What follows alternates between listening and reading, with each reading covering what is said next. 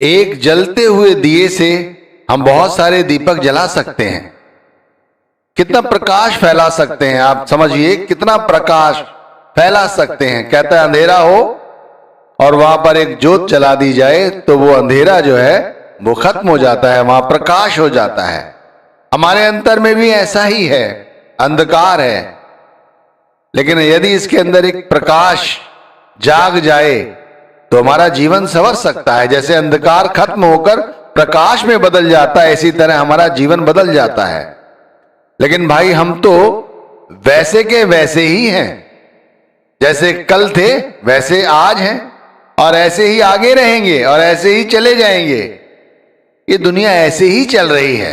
देख लो आप, दूसरों को पाठ पढ़ाते हैं कि भाई सतमार्ग पर चलो, क्रोध ना करो, लेकिन हम छोटी छोटी बातों पर क्रोध करते हैं। दूसरों को उपदेश देना आसान है, लेकिन अपने ऊपर खुद कार्यान्वित करके देखो ये कितना कठिन है। ये इतना कठिन क्यों है, समझने की कोशिश करें, ये इतना कठिन क्यों है। एक चीज हमें वर्षों से समझाई जा रही है, बचपन से हमारे माँ बाप हमें समझाते हैं कि भाई क्रोध मत करो। जब बड़े होते हैं, नाम दान लिया, हमारे गुरु हमसे कहते हैं भाई क्रोध मत करना। क्रोध करने से विवेक नष्ट हो जाता है, और जब विवेक नष्ट हो जाता है तब हमें अच्छे और बुरे का ज्ञान नहीं रहता कि हम क्या कर रहे हैं। लेकिन हम ऐसा करते हैं, और फिर क्या हम सत्संगी हुए, क्या हम नामधारी हुए। छोटी छोटी बातों पर जो क्रोध करता है, यदि वो कहे कि वो सत्संगी है, नामधारी है, तो क्या अच्छा लगेगा? आप समझो, छोटी छोटी बातों पर जो क्रोध करता है, उसने दुकान पर बहुत बड़ी अपने गुरु की फोटो लगा रखी है, घर में घुसो तो वहां फोटो लगी हुई है, और वैसे उसके संस्कार कैसे हैं। एक साध्वी थी, ज्ञानी, और भाई उनकी संगत भी अच्छी खासी थी। उनके कानों में दूसरी साध्वी की चर्चा की बात आई कि फला फला जगह एक साध्वी है, भाई वो भी बहुत अच्छा सत्संग करती हैं, उनकी भी अच्छी खासी संगत दिन प्रतिदिन बढ़ रही है। बस साध्वी को सुनकर बड़ा अजीब सा लगा, क्रोध आ गया कि मैं जाकर देखूंगी। और एक दिन उसे नहीं रहा गया, अब वो वहां पहुंच गई। वो साध्वी किसी से वार्तालाप कर रही थी और वो बीच में पहुंचकर कहने लगी कि मुझे आपसे बात करनी है। तो उन्होंने मुड़कर देखा और बड़ी विनम्रता से कहा कि रुकिए, मैं जरा इनसे बात कर लूं, फिर आपसे बात करती हूं। तो इस पर वो साध्वी कहने लगी, तुम जानती हो मैं कौन हूं? अगर तुम ये जानती कि मैं कौन हूं तो तुम मुझसे ऐसा ना कहती। तो साध्वी ने उसकी वेशभूषा देखी और जान लिया उसने कुछ है ये, लेकिन फिर भी क्योंकि वो अहंकार और क्रोध में बात कर रही थी और उन्हें दूसरे व्यक्ति से जो बात चल रही थी उसका जवाब देना था, इसलिए उन्हें फिर भी बड़ी विनम्रता से कहा, आप थोड़ा सब्र कीजिए, आप बैठी तो सही, मैं भी आपके प्रश्नों का जवाब देती हूं। लेकिन इस पर वो और भड़क गई और उल्टा सीधा कहने लगी। तो इस दफा उस साध्वी ने बड़ी विनम्रता से उनके आंखों में आंखें डालकर कहा कि मैं जान गई हूं आप कौन है, मैं आपकी वेशभूषा से ही समझ गई थी आप कोई बहुत पहुंची हुई हैं। मैं आपका अपमान नहीं कर रही, मैं आपका कोई तिरस्कार नहीं कर रही हूं, मैं आपसे सिर्फ आग्रह कर रही हूं कि आप बैठ जाइए, क्योंकि मैं आपको जो जवाब दूंगी या आपकी जो बात सुनूंगी उसमें बीच में विघ्न ना डालें। मैं इसलिए चाहती हूं कि इनका मैं बात पूरी कर लूं, फिर मैं आपसे बात करती हूं। इसके बाद उन्होंने उससे दूसरी स्त्री से बात करनी शुरू की। इस पर ये जो साध्वी वहां गई थी क्रोध में, वो शांत हो गई और मनी मन कहने लगी, हां अब इसे मेरा प्रताप पता चला कि मैं कौन हूं। और जब उसने उससे बात खत्म करके इनसे बात शुरू की, हाँ बताइए आपके आने का क्या कारण है, आप कौन हैं? तो अब इसकी विनम्रता उससे देखी ना गई और बड़े ही विनम्र भाव से खुद कहने लगी, नहीं मैं तो बस ऐसे ही हूं, कुछ खास नहीं, बस जा रही थी, मैंने सोचा कि आपके दर्शन कर लूं। और इस तरह से आपके दर्शन करने चली आई, मैं माफी चाहती हूं, मैं बीच में बोल पड़ी, और इस तरह कह के उन्होंने विदा ली। तो भाई क्या समझे इस कहानी से? कुछ समझ आता है आपको? भाई सामने वाला हमें क्रोध दिलाए तो इसका मतलब ये नहीं कि हम भी क्रोध करने लग जाएं। हमारा साथ ऐसा ही है। हम समझ नहीं पा रहे हैं कि गुरु से नाम दान लेने के बाद हमारा जीवन चरित्र कैसा होना चाहिए।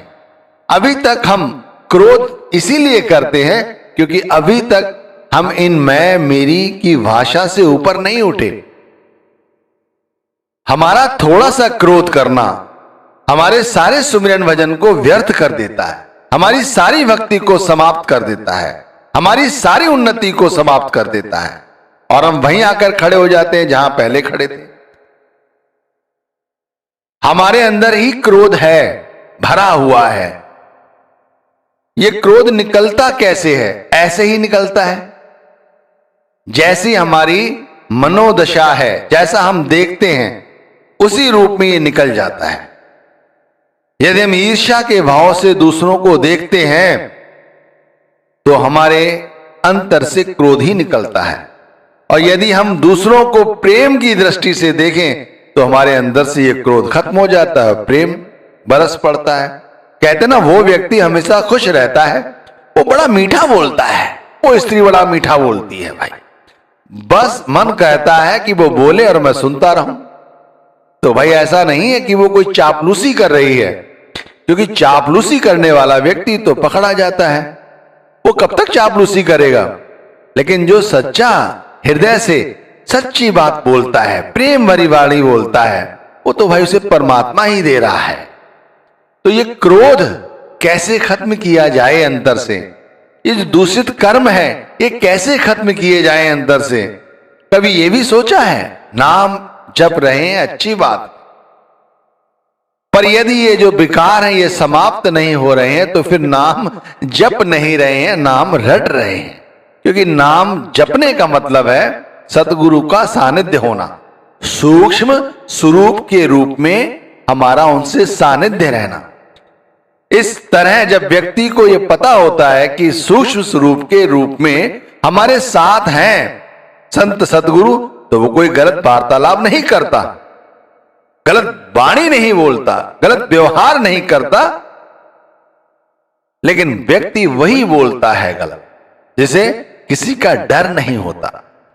वो फिर कुछ भी बोल देता है, वो नहीं देखता, कुछ लिहाज नहीं करता, और छोटी छोटी बातों पे उपद्रव होते रहते हैं। आप देख लो कितना धन है, धन की कोई कमी नहीं है, रहने के लिए घर है, अच्छी नौकरी है, अच्छी दुकान है, गाड़ी भी है, परिवार भी है, सब कुछ है, लेकिन क्रोध है। क्रोध के कारण हम सुखी नहीं हैं, और यह सुख का ना होना हमारे क्रोध और जो अन्य विकार हैं इनका ही सबसे बड़ा प्रदर्शन माना जाता है हमारे जीवन पर। क्रोध अंदर है, ये सारे विकार अंदर हैं। अगर इनसे निवृत्ति प्राप्त करना चाहते हैं तो भाई हमें क्या करने की जरूरत है ये तो सोचो। तो हमें अपने दृष्टिकोण को सही ढंग से करने की जरूरत है, सिर्फ अपने दृष्टिकोण को। हमारी दृष्टि दूषित है, हमारी दृष्टि दूषित है, इसीलिए हमें सभी में दोष दिखाई देता है। आप ऐसे समझिए जैसे हम सुबह सुबह मॉर्निंग वॉक पे गए, घूमने गए हैं, वहां लोग चल रहे हैं, कुछ लोग व्यायाम कर रहे हैं, हम देखते हैं हमारी गली का ही बंदा है, घूम रहा है, अरे कैसी शक्ल का है ये, ऐसे कपड़े पहन के हर जगह चल पड़ता है। या वो देखिए योगा कर रहा है, वैसे तो इतनी गाली गलौज करता है, अब योगा। हमारे मन के विचार देखिए कैसे हैं, अपने आप अपने कर्म बढ़ाए जा रहे हैं अपने आप। इसी तरह फंक्शन वगैरह में होता है, देखते हैं कि जब हमारे यहाँ रिश्तेदार आते हैं, हम किसी रिश्तेदारी में जाते हैं तो मन ही मन हम लोगों से बैर पाले हुए, अरे वाह ऐसे कपड़े पहने हुआ है, अरे ये तो कुछ भी पहन ले इस पे अच्छा लगता ही नहीं है। बेमतलब में अपने आप बोले जा रहे हैं, बोलकर अपना कर्म बढ़ा रहे हैं। भाई ये क्रोध जो है वो जब ही आता है जब हमारा दृष्टिकोण गलत होता है। ध्यान रखिए, अपना दृष्टिकोण, अपना नजरिया जो है वो दूषित नहीं होना चाहिए। वो ऐसा हो जिससे हमें हर जगह ऐसा लगे कि सभी सुहृदय व्यक्ति ही हमारे आसपास हैं। आप सुनते हैं ना कि पूरा गुरु कौन है? जो समदर्शी है, सभी में एक सा प्रेम करता है। उसके लिए किसी जाति, धर्म, स्त्री, बूढ़ा, बच्चा, जवान, किसी में कुछ भेद नहीं। वो सभी को एक निगाह से देखता है और जो उससे नाम जपते हैं, उससे प्रेम करते हैं, वो उनके और निकट होता है। तो भाई इसी तरह हम भी सभी के अंदर एक जैसा क्यों नहीं देखते? हम प्रेम से देखें सभी को, सभी के साथ अपने अंतर में किसी के लिए मैल उत्पन्न ना होने दें, गंदगी इकट्ठी ना होने दें। चाहे किसी ने हमसे कभी लड़ाई झगड़ा ही किया हो, हमारा पड़ोसी है, हमसे लड़ाई झगड़ा किया हुआ है, उसने हमारा नुकसान किया हुआ है, लेकिन उसके लिए भी अपने हृदय में कड़वाहट ना लाएं। क्रोध अपने आप उत्पन्न नहीं होगा। भाई क्रोध को जन्म कौन देता है? हमारे अंदर बैठी हुई ईर्ष्या। हमारे अंदर बैठी हुई ईर्ष्या क्रोध को जन्म देती है और इसी क्रोध को खत्म करती है कौन? हमारे अंदर जो देखने वाला जो दृष्टि है वो सुदृष्टि।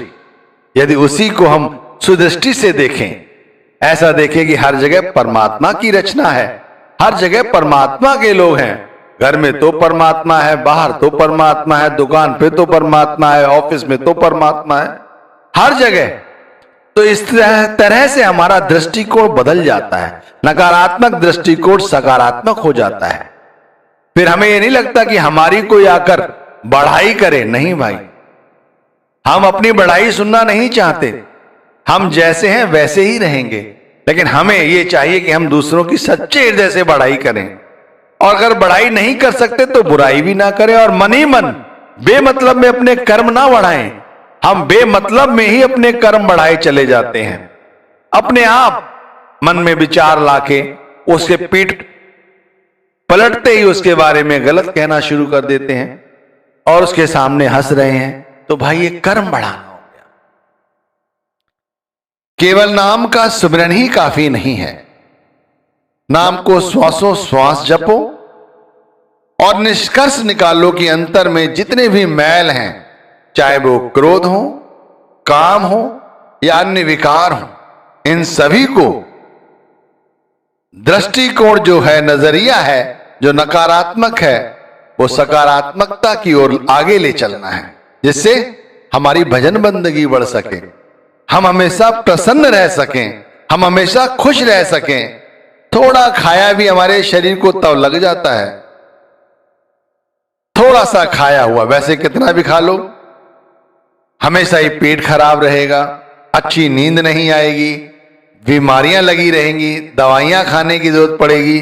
आप देख लो, एक अच्छा दृष्टिकोण अपना लो, ये सारी बीमारियां अपने आप खत्म हो जाती हैं। अरे क्रोध, सोचो क्या क्रोध से कभी किसी को शांति मिली है? क्रोध करने से कभी किसी को शांति नहीं मिलती। क्रोध करने से तो हमारा जो है, हमारा भी नहीं रहता, वो भी चला जाता है और आयु भी क्षीण होती चली जाती है। अगर हम 70 वर्ष तक जीना है हमें, और अगर इसी तरह क्रोध करते रहे तो और कम 10-20 साल और कम ही जिएंगे, ध्यान रखिए।